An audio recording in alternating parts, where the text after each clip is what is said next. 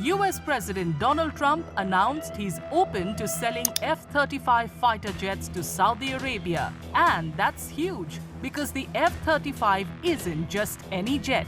The aircraft is America's top-tier fifth-generation fighter. 19 US allies already use it, including Israel. The F-35 is basically a flying supercomputer.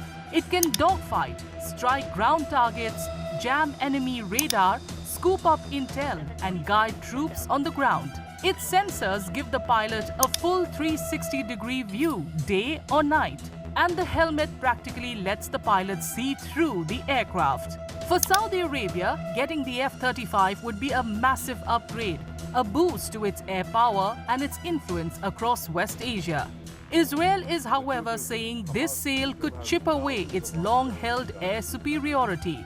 The IDF is pressing its leaders to make sure Israel keeps its strategic edge. If this deal goes through, it could have an impact on the power balance of an entire region.